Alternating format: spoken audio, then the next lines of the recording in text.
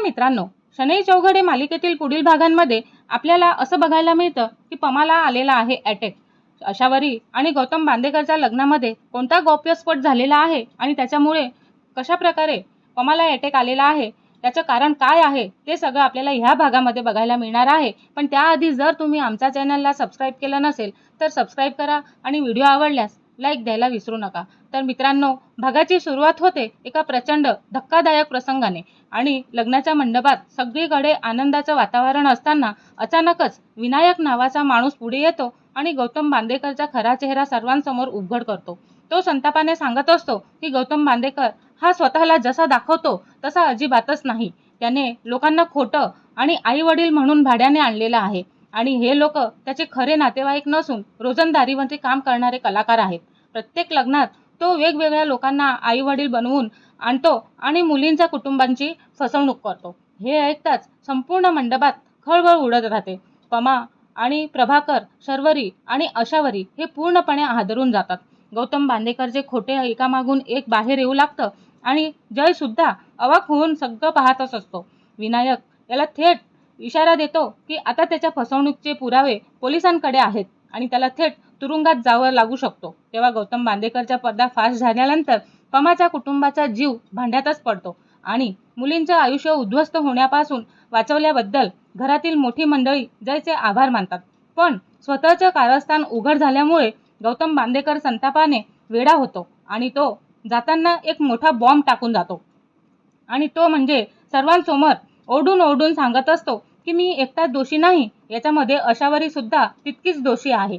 ती माझ्याशी लग्न करायला तयार झाली होती पण तिचं खरं प्रेम दुसऱ्यावरती आहे. ती गौतम खानोलकर आणि खानोलकर कुटुंबाचा गौतम याच्यावरती ती प्रेम करते आणि माझ्याशी लग्न करूनही ती दुसऱ्यांशी आयुष्य घालवण्याचा विचार करत होती, म्हणून ती पण दोषीच आहे, हे असं म्हणत असतो तो. हे ऐकताच संपूर्ण मंडपात शांतता पसरते.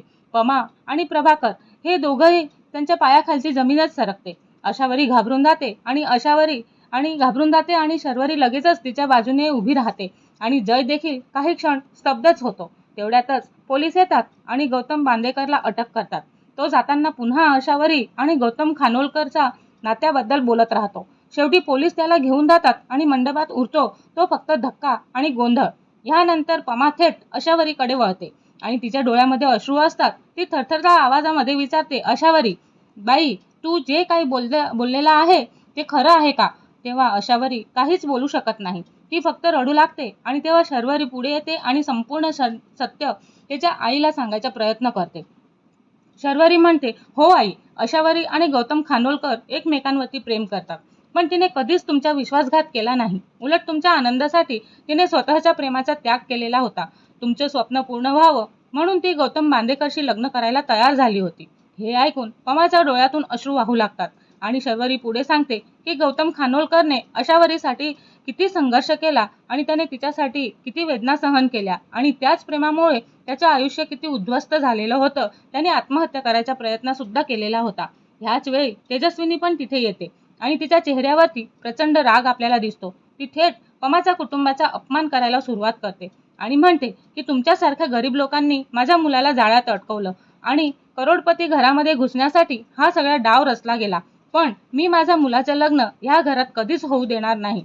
तेव्हा तेजस्विनीचे शब्द प्रत्येकाच्या काळजाला घाव घालतात आणि शर्वरी आणि अशावरी संतापातच, पण पमा मात्र पूर्णपणे खचून जाते आणि तिला काय करावं काहीच कळत नसते. तेव्हा तेजस्विनी पुढे गौतम खानोलकरकडे पाहून म्हणते, जर तू मला आई मानत असशील तर अशावरीला कायमचे विसरून जा. हे ऐकताच गौतम खानोलकर स्तब्धच होऊन जातो आणि एका बाजूला त्याचं प्रेम आणि दुसऱ्या बाजूला त्याची आई.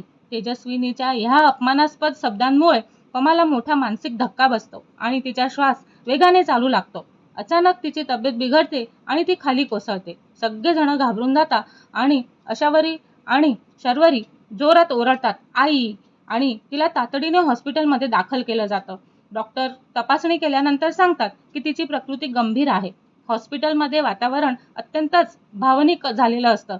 प्रभाकर पूर्णपणे कोसळलेला असतो. त्याच्या डोळ्यामध्ये राग आणि दुःख दोन्हीही आपल्याला दिसत असतात. जेव्हा जय आणि गौतम खानोलकर हॉस्पिटलमध्ये पोहोचतात तेव्हा प्रभाकर संतापाने त्यांच्यासमोर उभा राहतो. तो ओरडून म्हणतो, बस बस, पुरे झालं आता. माझ्या बायकोची ही अवस्था तुमच्यामुळेच झालेली आहे आणि आता आम्हाला आणखीन त्रास देऊ नका. कृपया इथून निघून जा. तेव्हा जय त्याला समजावण्याचा प्रयत्न करतो, पण प्रभाकर काहीही ऐकून घ्यायला तयार नसतो. याच क्षणी डॉक्टर बाहेर येतात आणि प्रभाकरला आत बोलावतात आणि म्हणतात, सगळ्यांच्या नजरा त्यांच्याचकडे लागलेल्या असतात.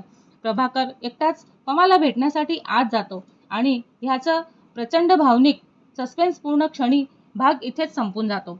आता पुढे पमाची तब्येत कशी राहणार आणि सगळं हे वातावरण धक्कादायक झालेलं आहे, हे धक्कातून कसे सगळे सावरणार हे आपल्याला पुढील भागांमध्ये बघायला मिळणार आहे. पण त्याआधी जर तुम्ही आमच्या चॅनलला सबस्क्राईब केलं नसेल तर सबस्क्राईब करा आणि व्हिडिओ आवडल्यास लाईक द्यायला विसरू नका. धन्यवाद.